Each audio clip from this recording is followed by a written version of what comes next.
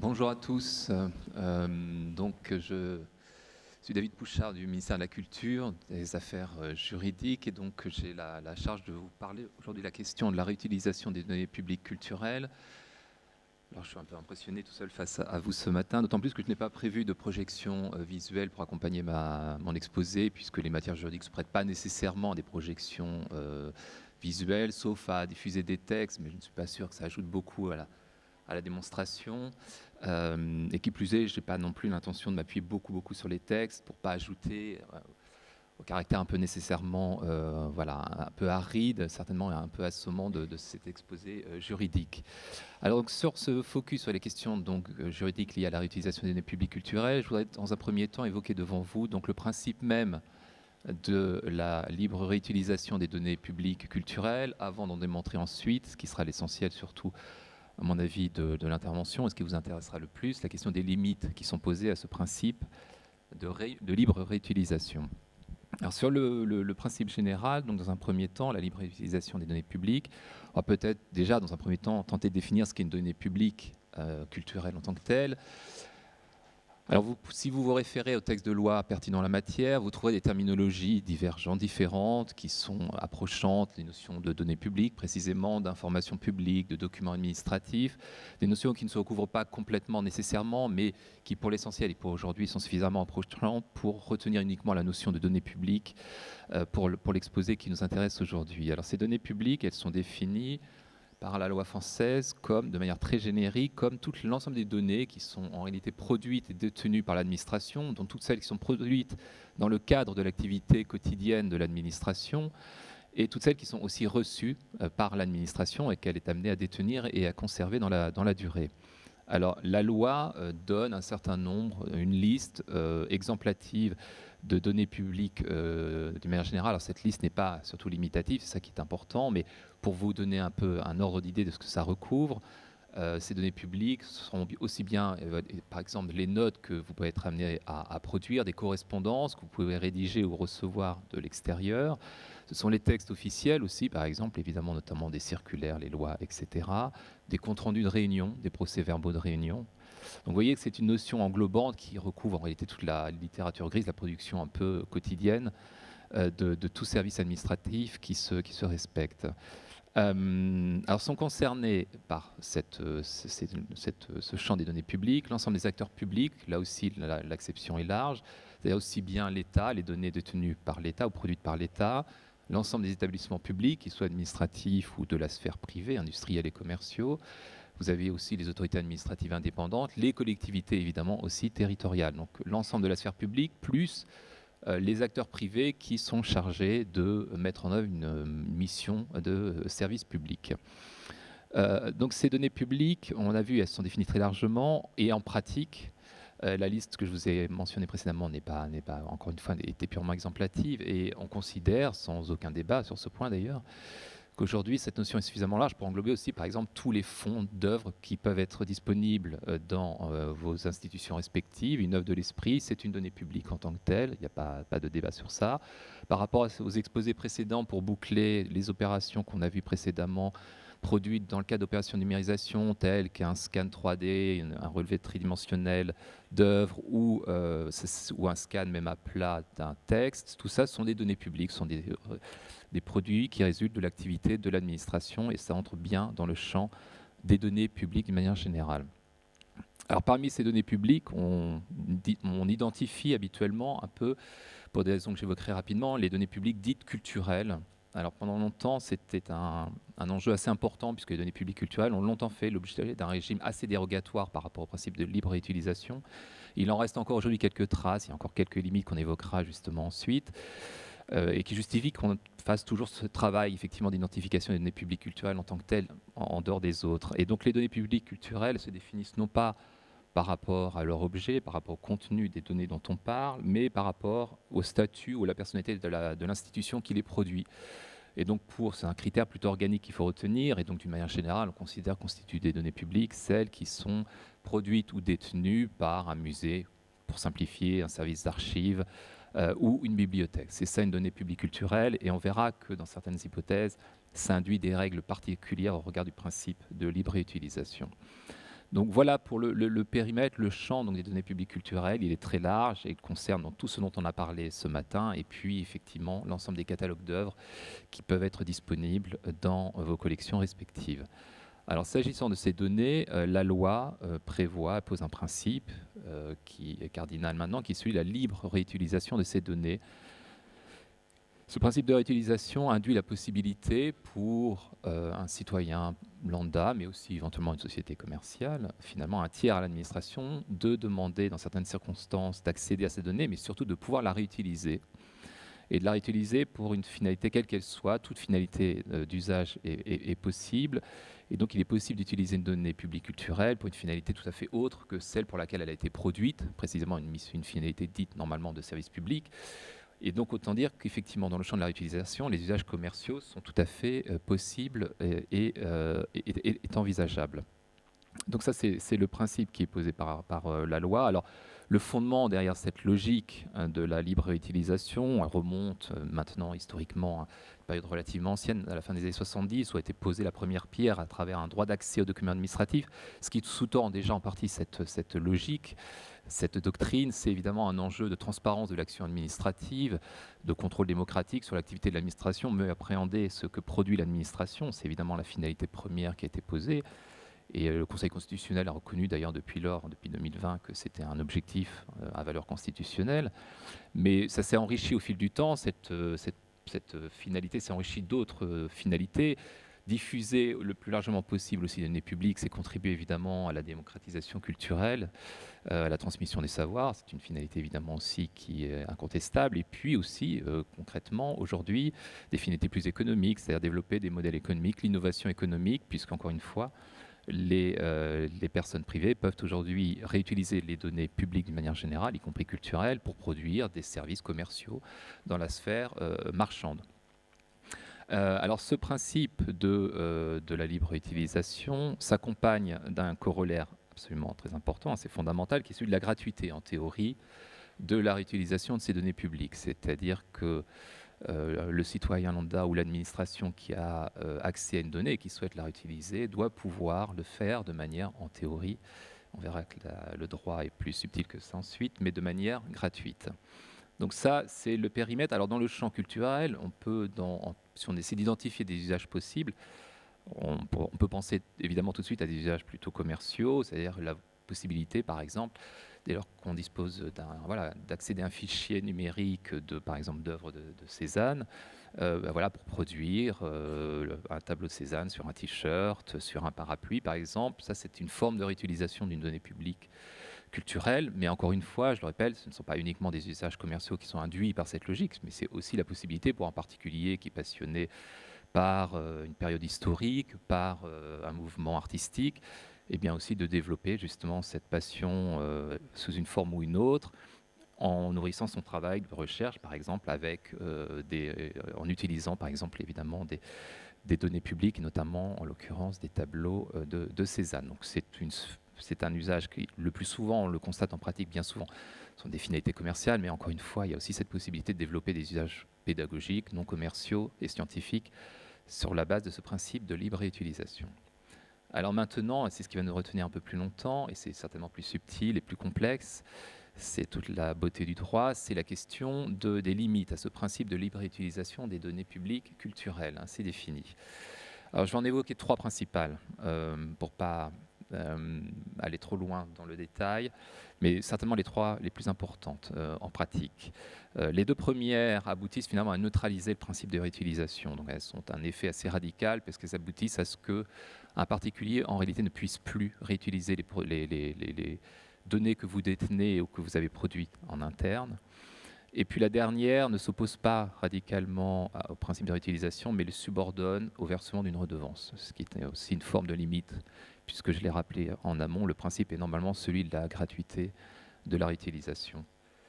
Donc la première limite qu'il faut signaler, qui fait sortir certaines données culturelles du champ justement de ce droit à réutilisation, on peut parler de droit, c'est le droit d'auteur. Certaines des données dont on parle sont protégées ou protégeables au titre du droit d'auteur. On peut penser évidemment à l'ensemble des fonds détenus dans une bibliothèque, un service d'archives ou un musée qui sont protégés au titre du droit d'auteur. on imaginerait assez difficilement qu'un particulier, au simple motif que l'œuvre est disponible dans les stocks d'une bibliothèque, puisse se procurer le livre et considère que c'est effectivement une donnée publique, mais qu'il puisse aussitôt la réutiliser, y compris à des fins commerciales. On voit qu'évidemment, ça heurterait très directement, évidemment, les droits d'auteur des auteurs et puis indirectement aussi des éditeurs. Et ça outrepasserait les droits que l'administration, le musée ou la bibliothèque a elle-même, d'ailleurs, à l'égard de ces œuvres qui sont dans ces stocks. Donc le droit d'auteur, on voit bien ici, pour des œuvres sous droit, est un obstacle à la réutilisation, mais qui se conçoit assez aisément avec aussitôt, encore une fois, une distinction subtile. Et ce sont les œuvres qui ne sont plus protégées par leur auteur, dont la durée, par exemple, de protection a expiré, avec juste le rappel que la règle, au moins générale, veut qu'une œuvre tombe dans le domaine public 70 ans après le décès de son auteur. Et à partir de ce moment-là, effectivement, cette contrainte liée au droit d'auteur se disparaît très, très largement et on retombe plus facilement dans cette logique de libre utilisation. Je vais peut-être faire juste un petit aparté, un peu long, mais je pense que ça peut intéresser beaucoup d'entre vous, sur la question des productions des agents publics eux-mêmes, dans le cadre de leur activité. La question s'étant posée assez rapidement dans les années 2000, de savoir est-ce que le droit d'auteur détenu par les agents publics sur leurs productions diverses et variées peut être un obstacle à la réutilisation, au principe et à la liberté de réutilisation des données publiques culturelles. Maintenant, il ne fait aucun doute depuis 2009, depuis un avis de la CADA, de la Commission d'accès aux documents administratifs, qu'effectivement, le droit d'auteur des agents publics peut être effectivement un obstacle à la libre réutilisation. Alors, pour vous rappeler juste le cas de manière générale, je pense que c'est utile que vous l'ayez en tête. Depuis 2006, le régime, puis une loi de 2006, voilà, le régime de droit d'auteur des agents publics est à peu près fixé de la sorte. C'est que les agents publics sont, sur le principe, des auteurs comme les autres. Ils produisent des œuvres de l'esprit, c'est incontestable dans leur activité, pas tous les jours, mais parfois. Pour certains d'entre eux, on peut penser aux photographes, des personnes qui rédigent des rapports, des études notamment, les gens qui créent des logiciels, donc ils peuvent être des auteurs, ils sont des auteurs à part entière. Néanmoins, la loi a prévu, pour permettre à l'administration d'exercer au mieux ses missions, elle a prévu un mécanisme qui veut que l'ensemble des droits d'auteur des agents publics sont transférés à leur employeur public automatiquement, de par la loi, pour permettre, dans la mesure strictement nécessaire, pour permettre justement à cette administration d'exercer ses missions de service public. Donc dès que vous créez une œuvre dans la sphère publique, finalement, aussitôt déposséder, il y a une forme de fiction, déposséder tous vos droits au profit de l'administration pour permettre justement à votre employeur d'exercer pleinement et entièrement ses missions de service public. Mais dès lors que l'administration souhaite outrepasser ce périmètre strictement défini des missions de service public, et notamment, par exemple, envisager un usage qui est de nature commerciale, directement ou indirectement, cette transmission des droits, cette cession automatique des droits prévue par la loi ne joue plus. Et donc le droit de l'agent public, pour les usages notamment commerciaux, aujourd'hui, garde l'ensemble de ses droits et peut les opposer à son employeur, administration. Et donc à ce titre-là, effectivement, la libre utilisation est en pratique, effectivement, trouve une limite tenant au fait que les agents publics aujourd'hui détiennent des droits d'auteur sur leur production. Alors on peut peut-être évoquer rapidement une problématique spécifique qui est celle, s'agissant de ces agents publics créateurs d'œuvres, producteurs de création de l'esprit, la question des photographes, agents publics, et notamment la question qui peut peut-être intéresser certains d'entre vous des couvertures photographiques, notamment des collections muséales, notamment, qui est un débat, qui est une question qui soulève beaucoup de débats, qui tiennent à la fois à la question de la protection de la photographie par le droit d'auteur, qui est une question assez complexe, puisque vous savez peut-être certainement que le droit d'auteur n'a pas vocation à protéger toutes les productions intellectuelles humaines possibles et imaginables. Il se focalise sur les productions qui reflètent ce qu'on appelle l'originalité, qui traduit une forme d'originalité. Il faut qu'à travers une création personnelle, on puisse apprécier une création et donc une forme d'expression personnelle. Et dans la photographie, il est vrai que les marqueurs justement de personnalité sont assez peu nombreux, difficiles à identifier, puisque c'est avant tout quand même un art, un mode de représentation mécanique de la réalité. Et on sait que les principaux critères tiennent effectivement au choix d'une pellicule, un éclairage, un angle de prise de vue, éventuellement un retraitement de l'image. Et parfois, quand il s'agit d'une photo mise en scène, la mise en scène du sujet lui-même. Mais globalement, la photographie soulève des questions redoutables du point de vue de la qualification de l'originalité. Quand est-ce qu'une photographie est originale et quand est-ce qu'elle peut être protégée par le droit d'auteur? C'est une question assez redoutable pour les usagers, bien entendu, eux-mêmes, qui sont, et même vous en tant que détenteur de fonds photographiques, évidemment, mais aussi pour les auteurs, les photographes eux-mêmes.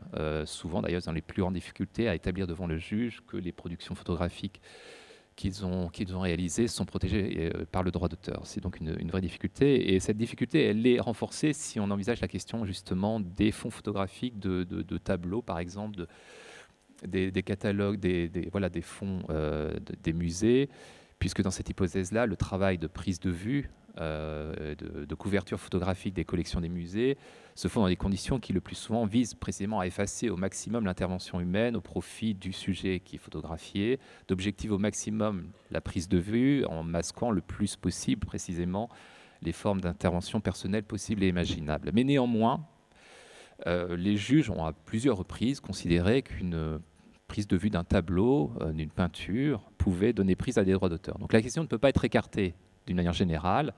Il peut y avoir place pour un droit d'auteur sur une prise de vue d'un tableau, quand bien même, encore une fois, l'auteur, le plus souvent, le photographe, tente, ou essaie en tout cas, de masquer son travail au maximum de création derrière le sujet qui est représenté.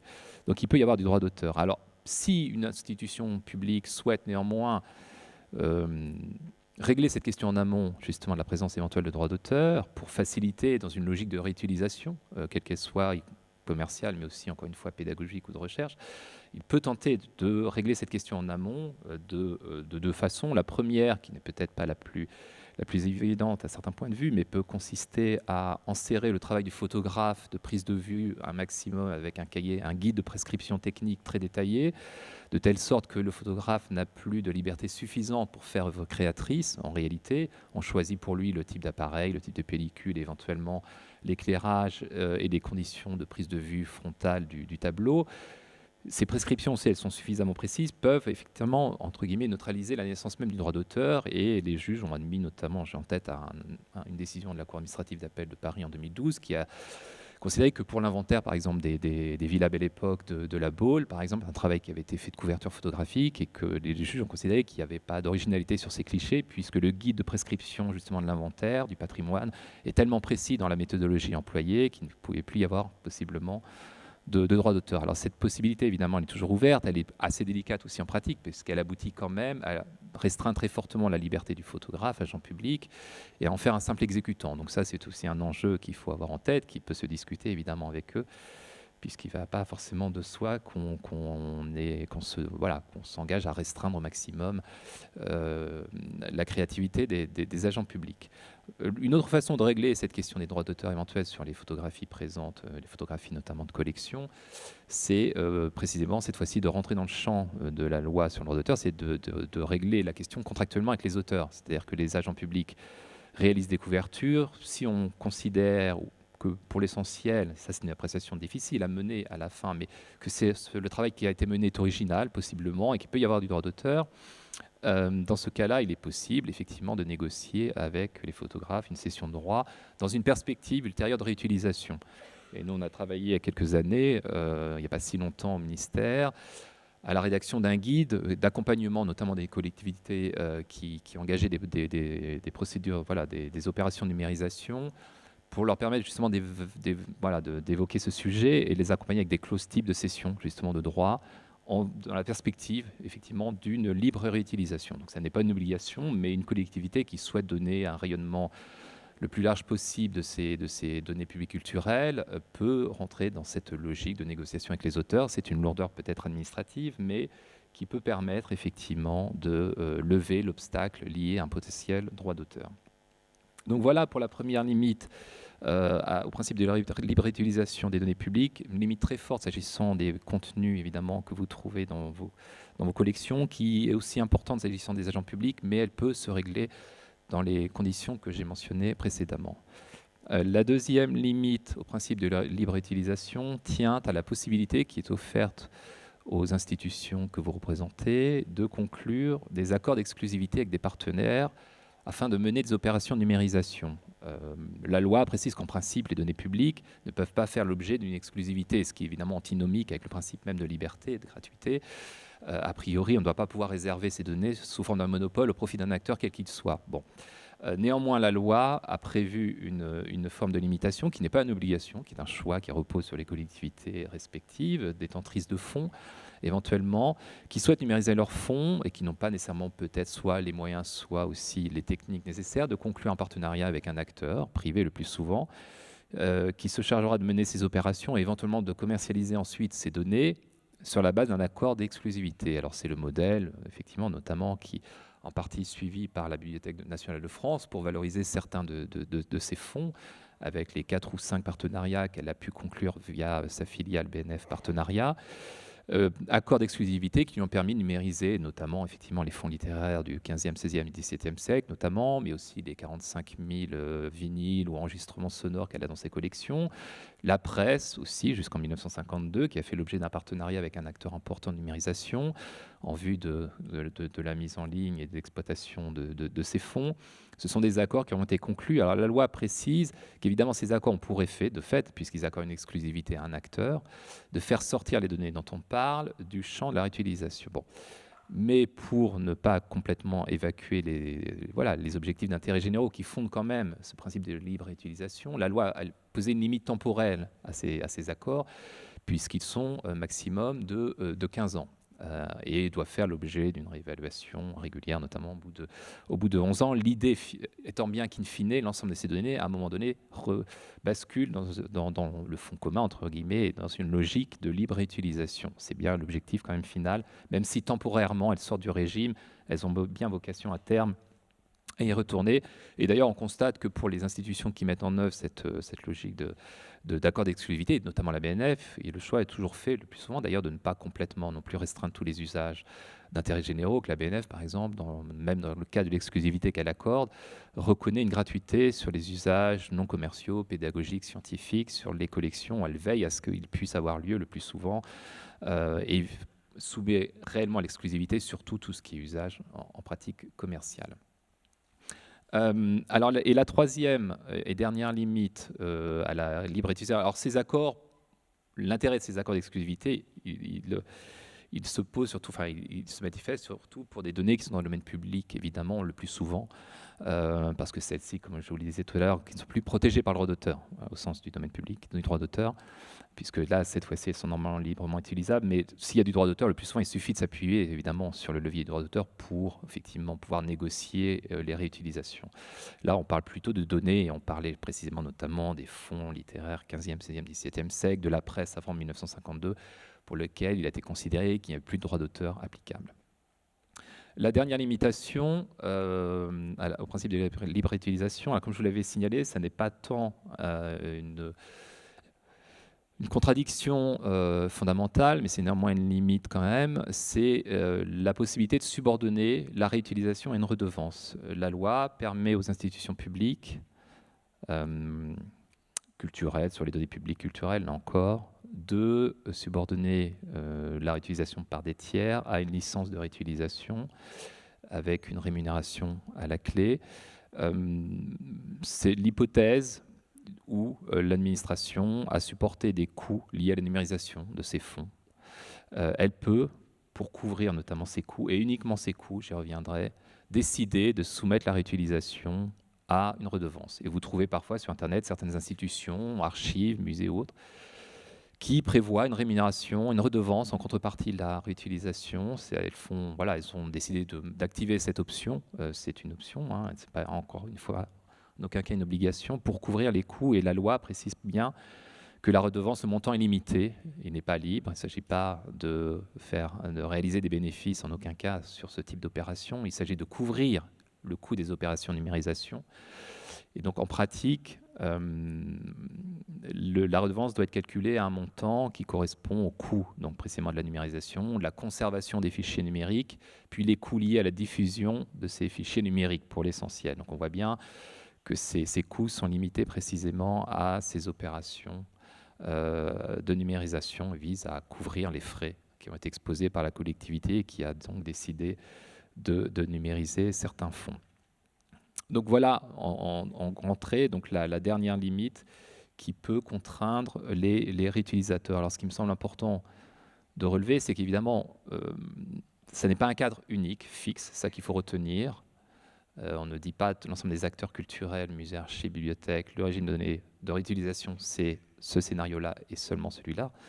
Si vous constatez, c'est qu'il y a un principe politique très fort qui est affirmé depuis des années, même sans parler de sens de l'histoire, mais d'une manière générale, on sent bien qu'il y a eu ces derniers temps au niveau européen et français une logique très très forte d'élargissement et de renforcement de cette logique de libre utilisation des données publiques d'une manière générale. Tous les textes qui sont intervenus depuis une quinzaine d'années renforcent la mise en œuvre de ce principe.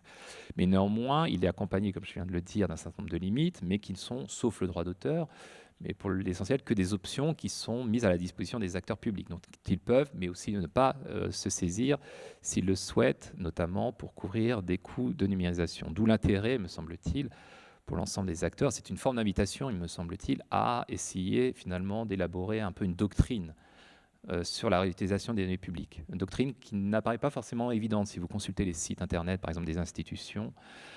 Autant on voit souvent les conditions générales. Justement ce matin avant de venir, j'ai vérifié comme ça, par exemple pour le musée Granet, en me disant tiens, que dit le musée Granet, et on voit bien que maintenant, dans l'esprit de tout le monde, les questions de données personnelles sont bien appréhendées. Donc on trouve toujours dans les conditions générales, évidemment, rappeler les principes d'accès, de rectification des données personnelles. Ça, c'est parfaitement maintenant compris, appréhendé par tous les acteurs publics. Mais sur la utilisation, effectivement, on trouve encore beaucoup de sites assez peu disert, avec des doctrines qui ne sont finalement pas si affirmées sur ces questions, en tout cas pas systématiquement, avec parfois effectivement des zones aussi d'incertitude. Il faut bien le reconnaître. Je voyais par exemple sur le musée Granet où il est mentionné que sur les photographies des œuvres, notamment certaines du domaine public, je pensais à Cézanne par exemple, il y avait un petit copyright indiqué avec une ambiguïté sur le fait de savoir si c'était le droit d'auteur sur l'œuvre qui était évoqué ou sur la photographie, puisque le nom du photographe était évoqué. Bon. Et donc c'est vrai qu'il y a effectivement certainement peut-être un intérêt pour l'ensemble des acteurs publics à essayer de mieux formaliser une doctrine sur la réutilisation des données publiques, parce qu'encore une fois, ils ont une boîte à outils à leur disposition dont ils peuvent faire usage ou pas, mais il peut être intéressant aussi surtout de veiller à assurer une forme de transparence sur la doctrine qui est choisie. Et encore une fois, il n'y a aucun obstacle de principe à demander une rémunération, à conclure des accords d'exclusivité dès lors qu'on est dans le champ prévu par la loi, mais il y a tout intérêt, me semble-t-il, à mieux l'affirmer.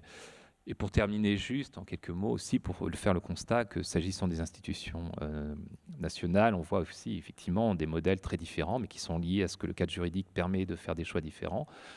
Vous avez la Bibliothèque nationale de France qui a plutôt fait ce choix d'accord d'exclusivité en ouvrant une part comme importante à des usages pédagogiques gratuits scientifiques, qui a fait ce choix d'ouvrir comme néanmoins un champ d'usage libre et gratuit assez important, ce qui n'était pas... Elle aurait pu aussi faire le choix précisément de ne pas les prévoir. Donc elle a fait ce choix-là en contrepartie de l'exclusivité consentie à des acteurs privés pour les usages commerciaux.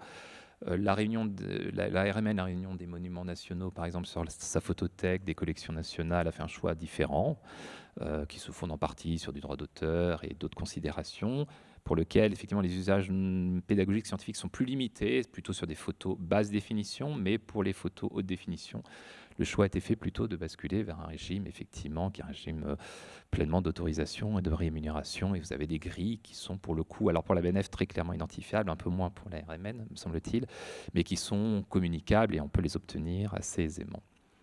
Donc voilà, en quelques mots, la question de leur utilisation. Je ne sais pas si on passe au jeu des questions dès maintenant. Oui, Pierre-Jean.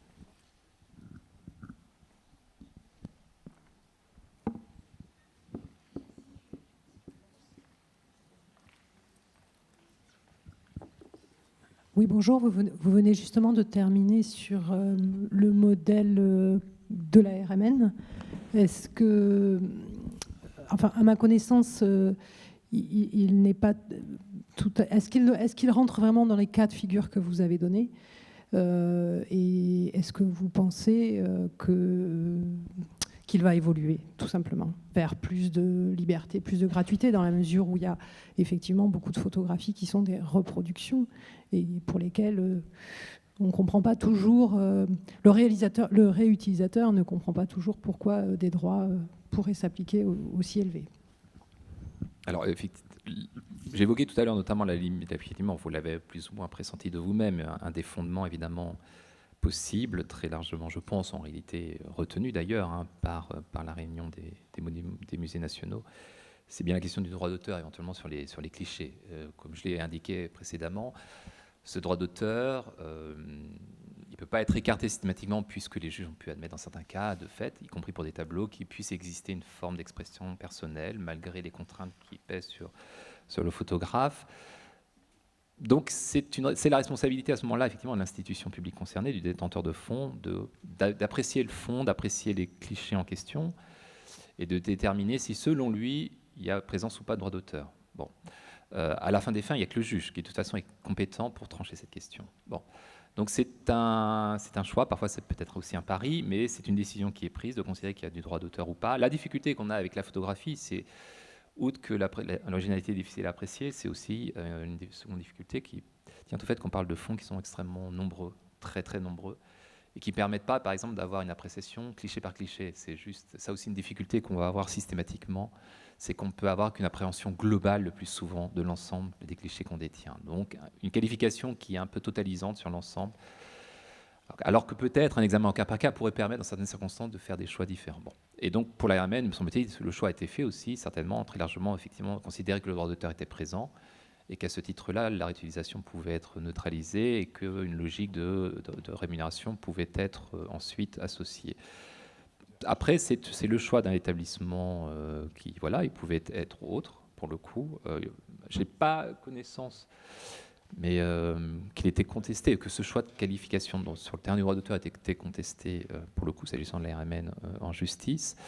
Mais un choix différent pourrait être fait demain, bien sûr. Là, aujourd'hui, la question qui se pose, mais de la même façon que pour les accords d'exclusivité, on voit bien qu'un des enjeux, c'est aussi bien souvent d'essayer de couvrir les frais de numérisation. Bon, en pratique, si la collectivité est capable de dire j'assume ces frais sur le budget général, commun, on peut internaliser la dépense dans le budget. C'est un choix politique de dire effectivement on ouvre la photothèque demain ou d'autres collections.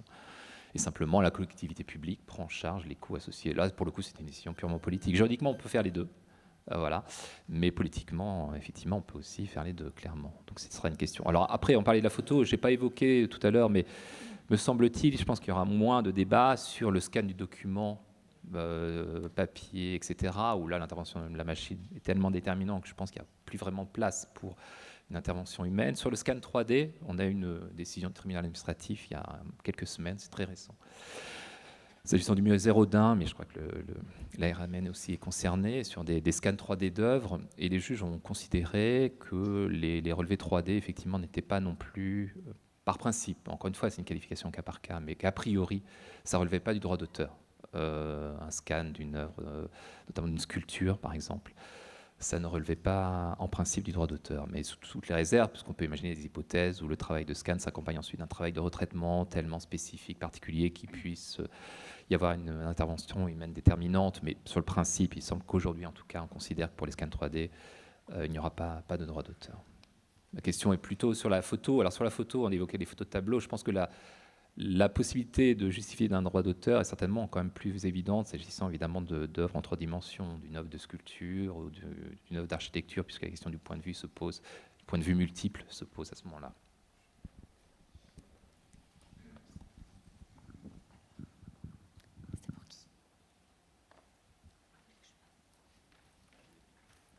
Vous êtes tous assommés, je pense. Merci. Non, c'est à propos de la notion de fair use, d'usage loyal, qui est très répandue, je crois, de façon internationale. Est-elle transposée dans le droit français de façon aussi généreuse que le font les États-Unis ou d'autres pays ? Alors non, les logiques sont des systèmes juridiques qui sont assez fondamentalement différents, mais il y a quelques points de convergence néanmoins. Donc on n'a pas un fair use français. Nous, en droit français, ce qui peut se rapprocher le plus de ce qui est une logique de fair use, mais ça n'est pas tout à fait la même chose, c'est plus restrictif, ce sont les exceptions au droit d'auteur, c'est-à-dire les hypothèses où la loi dit vous pouvez réutiliser une œuvre de l'esprit sans avoir à solliciter l'autorisation de l'auteur. Donc il y a tout un listing, il est assez long, assez rébarbatif dans le Code de la propriété intellectuelle, des hypothèses où vous pouvez reproduire, diffuser une œuvre sans l'autorisation de l'auteur. Donc il n'y a pas de fair use. Nous, c'est une liste très précise, très stricte et limitative d'exceptions dont on peut s'emparer Après, d'autres choix peuvent être faits aussi pour valoriser notamment les collections publiques. Je peux juste évoquer en 2 mots un texte sur lequel on a travaillé dernièrement, qui concerne les photos, justement, les fonds photographiques. Une problématique qui a émergé justement il y a quelques années avec le ministère de l'Enseignement supérieur et de la Recherche, avec lequel on a beaucoup travaillé, sur la réutilisation justement des photos des musées, notamment des archives, dans les publications scientifiques en ligne gratuites, dans donc, la science ouverte.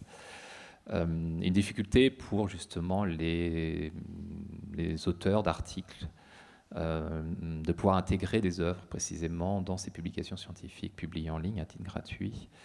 Et le choix a été fait justement dans le cadre du droit d'auteur, mais dans le plein respect du droit d'auteur, justement de mettre en place un dispositif qui est en voie de mise en œuvre, qui sera un accord global conclu entre le ministère de la Recherche et les représentants des sociétés d'auteurs concernées, et qui permettra à terme finalement à l'ensemble des chercheurs de publier gratuitement et sans autorisation préalable l'ensemble des œuvres d'art plastique visuel qui pourront illustrer leurs articles, notamment on peut penser évidemment dans les revues de recherche en histoire de l'art. Donc ça c'est un dispositif qui sera contractuel, qui est en cours de négociation actuellement et dont on espère qu'il facilitera effectivement notamment le travail des chercheurs, tout en garantissant une forme de rémunération au profit des auteurs concernés.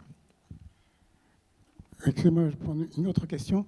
Sur le droit de citation, hier j'ai présenté ici même un exposé sur lequel j'ai fait défiler des images très brièvement, chacune quelques secondes.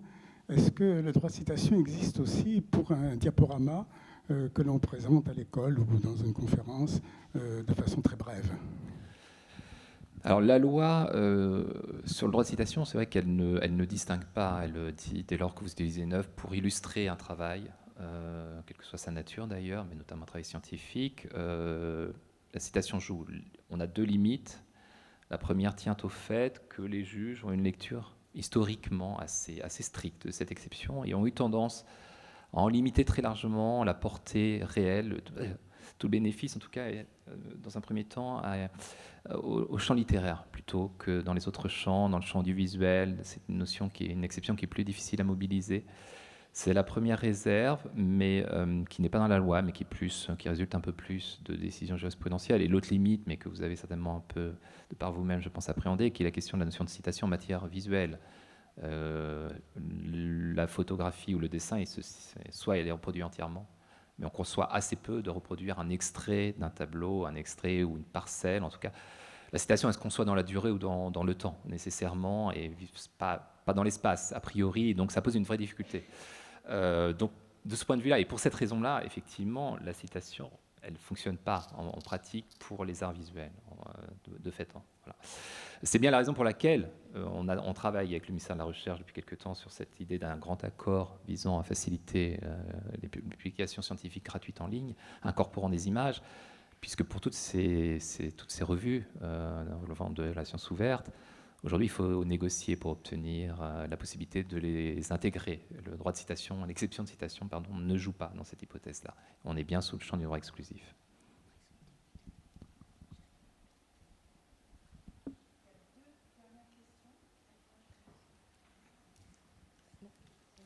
Bonjour, Léna Schillinger, Musée national du sport. Est-ce que vous pourriez évoquer la question des images animées ?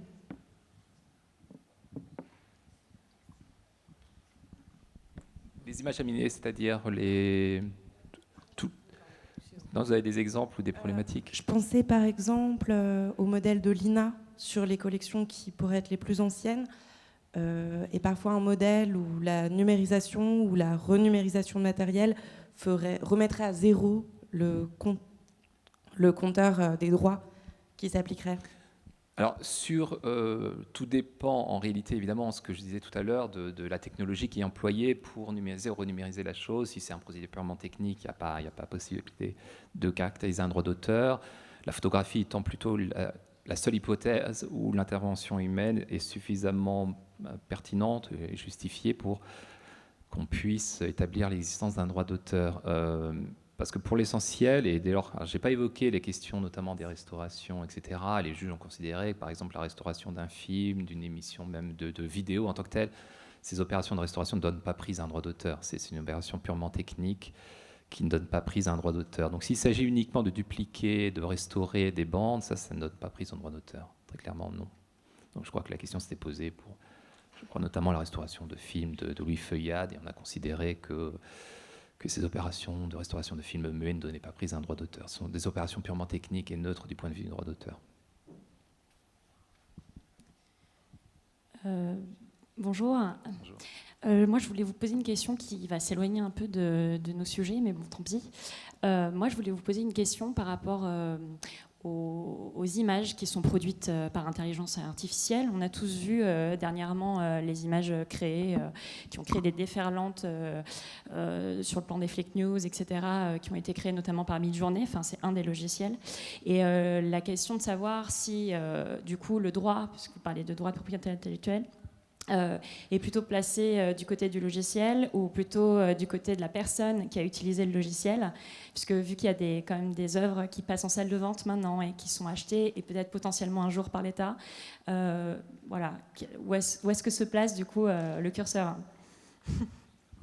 Voilà, je crois que je vais nécessairement être très réducteur, parce que ça mériterait, je pense, une prochaine journée, effectivement, à mon avis. Sur les politiques, effectivement, de numérisation, de valorisation. Alors, le droit d'auteur, encore une fois, il n'y a pas de vide juridique, etc. Je pense qu'il y a un droit d'auteur. Après, est-ce qu'il est parfaitement adapté ou pas? Ça, c'est une autre question. Aujourd'hui, ce qu'on peut dire, pour simplifier beaucoup, et essayer de répondre aussi en partie à votre réponse, sur l'amont, sur ce qui génère la fouille de données sur l'amont pour nourrir le logiciel et générer ensuite le contenu. Aujourd'hui, en droit français, typiquement, il y a une exception, on évoquait tout à l'heure, qui permet aux robots, essentiellement, d'aller fouiller les données, l'ensemble des contenus disponibles sur Internet. Il y a une exception en droit d'auteur qui permet de le faire. Elle est gratuite, notamment dans le champ de la recherche scientifique. S'agissant des usages commerciaux, la loi dit juste que les auteurs peuvent s'opposer à l'intervention des robots. Mais ils ne sont pas tenus de le faire, mais ils peuvent le faire. Bon, la question de savoir comment ils peuvent s'opposer, c'est aujourd'hui un des débats de fond. Mais sachez qu'en droit français, il y a déjà aujourd'hui une exception de droit d'auteur qui permet effectivement de générer en amont la fouille de données. Bon. Après, sur ce qui résulte de cette fouille et de ce travail, et notamment les images générées, aujourd'hui, on commence à avoir, et je pense que les juges très vite vont se prononcer, les juges américains l'ont fait, les juges anglais vont le faire dans les prochaines semaines. Le critère qui va être déterminant, comme toujours, c'est le rôle de l'humain, le rôle de la machine dans tout ça. C'est-à-dire qu'effectivement, dans certaines hypothèses, ce qu'on pressent aujourd'hui, mais sous réserve de l'avenir, mais c'est que l'originalité est possible, mais elle se caractérise plutôt en amont, c'est-à-dire dans le travail d'écriture préalable, dans la requête qui peut être faite, dans le scénario préécrit par la personne pour générer ensuite une œuvre. Ça a été le cas pour une jeune autrice de bande dessinée, entre guillemets, aux États-Unis, qui avait rédigé un scénario assez complet et qui a ensuite lancé ce scénario dans un logiciel d'IA qui a sorti une bande dessinée finale assez laide, mais qui néanmoins ressemble à une bande dessinée. Mais les juges ont pu considérer que le travail d'écriture en amont suffisait pour considérer qu'il y avait du droit d'auteur sur le résultat final.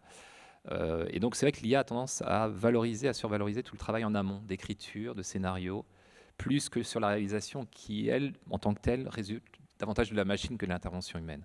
Alors, on peut certainement aussi imaginer demain des hypothèses où l'IA ensuite est retraitée par l'humain, améliorée, etc. dans un second temps, et là on verra que le droit d'auteur pourra aussi de nouveau avoir sa place. Alors sur l'avenir, de toute façon c'est très tôt, alors ça va très vite, et c'est un peu tôt, mais le ministère, je crois que le président de la République a annoncé d'ailleurs avant-hier qu'il y aurait une mission sur l'IA et le droit d'auteur, notamment dans les prochains mois, sur lesquels on va devoir travailler. Ce sont des questions qui vont nous mobiliser beaucoup, et je pense qu'il est encore trop tôt pour tirer des conséquences définitives. Mais le cadre aujourd'hui juridique, il est celui-là.